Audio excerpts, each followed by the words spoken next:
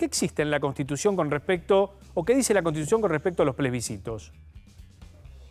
La Constitución Nacional establece en el artículo 40 de la Constitución la consulta popular y después fue reglamentada por el Congreso de la Nación. Es decir, vos tenés dos tipos de consulta popular, vinculante y no vinculante. Vinculante es la que es sometida el Congreso por medio de una ley, convoca al pueblo para que diga sí o por no por un proyecto de ley. Y la no vinculante, con voto no obligatorio, es la de que convoca el Poder Ejecutivo Nacional, que también la puede hacer el Congreso, dentro de sus respectivas competencias, donde tiene que también ahí llevar adelante una consulta popular y bueno, el resultado será el que diga la gente. ¿Cuál es la diferencia entre una y otra? Que la que convoca el Congreso, si el pueblo y vota el 35% del padrón electoral, eso dice la ley, automáticamente se transforma en ley. Ajá. ¿Está claro? Es decir, la que convoca al Congreso. Claro, ahí necesitas, claro, mayorías. Necesitas mayoría, claro, necesitas consenso. Claro. Y encima, y además, si me permitís, la consulta popular vinculante exige una ley especial de convocatoria, ¿sí? Que tiene que ser tramitada, como dije, por una sesión especial y aprobada con la mayoría absoluta de miembros presentes de cada Cámara. 2/3. Es decir, claro, no, 129 en diputados, si tuviera los 257, claro. Ajá. Sí, mayoría absoluta. Ajá. Es el número, y 37, si no me equivoco, en el Senado. Claro. Frente a esto lo que te hace es, la consulta al ser vinculante y al crear la obligación, y este 35, siempre tiene que haber una participación, Mariano y Pablo, del 35% de los electores inscritos en el padrón.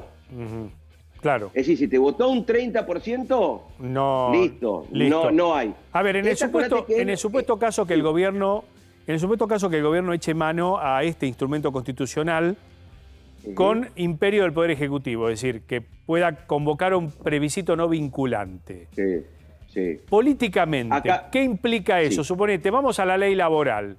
¿Querés ley laboral, sí o no? Te gana el sí. ¿Cómo se paran los diputados frente a una decisión del pueblo en ese sentido?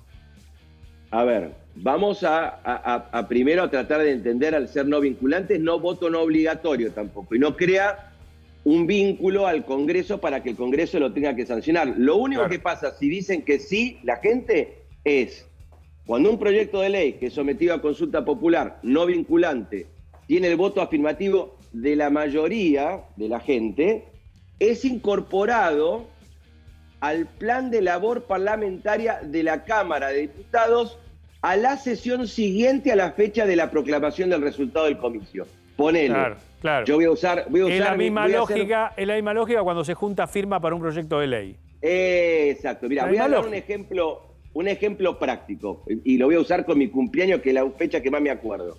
Si el 10 de marzo se vota y sale la mayoría que sí a la reforma laboral, a la próxima sesión que haya en el Congreso, tiene la obligación el Congreso de tratar el tema. Ahora, no genera la obligación que el Congreso lo apruebe.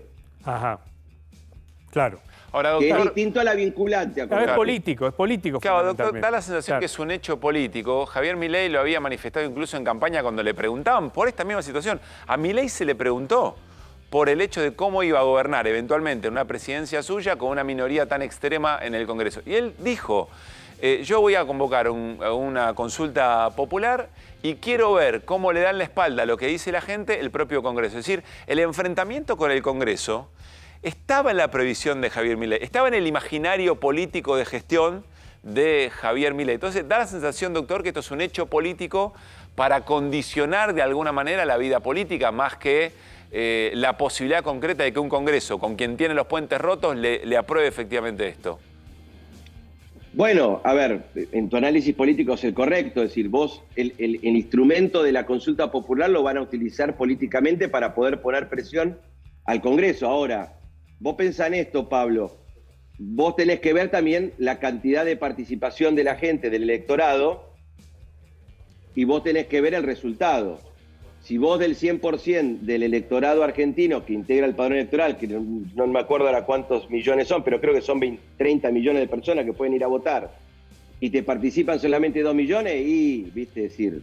Claro, disparan 2 millones, o sea, por eso, hay 28 millones que no fueron. Si te vas a tirar a la pileta de una consulta de esta característica, garantizá que la vas a Sí, ganar. a mí me gustaría ir más allá con el doctor Armesto y preguntarle si él, como constitucionalista, no está viendo ya algunos excesos en la retórica de cómo se están tratando entre el Poder Ejecutivo y el Poder Legislativo, si no amerita el inicio de alguna causa administrativa dentro de lo que confiere la Constitución. Podemos hablar de los remedios que tiene la Constitución para cuando hay inhabilidades morales o cuando hay alguna falta o algún daño, si no lo ve por delante, porque la verdad que es muy injurioso todo. Digo, desde las redes sociales, desde los discursos mutuos, digo, se habla de traición. Sí. Yo hago el siguiente análisis. Yo creo que, y Pablo recién lo explicaba en la introducción, yo creo que hay muchos fuegos artificiales constantemente de ataque de un poder hacia el otro. Nos acostumbramos durante muchos años del ataque de un poder al Poder Judicial. Ahora sí, a la Corte, bueno, claro, el kirchnerismo internó a la Corte durante años. Claro. Sí. Exacto, ahora es el Poder Ejecutivo contra el Congreso y seguramente contra los gobernadores.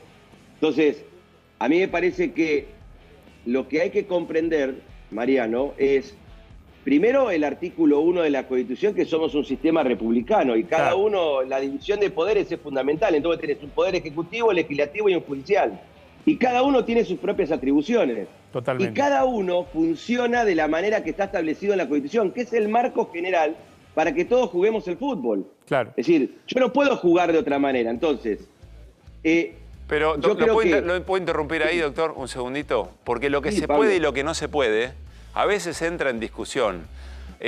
Más allá de lo que cada uno piense respecto de Cristina Fernández de Kirchner, lo cierto es que se empezó a generar un nivel de violencia verbal en un momento hacia un sector de la política que terminó en escenas de muchísima violencia, desde la bolsa mortuoria frente a la Casa de Gobierno, las guillotinas, y a alguien se le ocurrió que era posible intentar pegarle un tiro a una expresidenta de la Nación. Quiero decir... Está bien, pero también te van a decir, le ponían el helicóptero a Macri. Pero voy a esto, Mariano. Le dijeron que las taser se la tenían que aplicar a la hija de Macri. Digo, está bien. De uno y de otro lado. Pero venimos con discursos violentos hace mucho tiempo.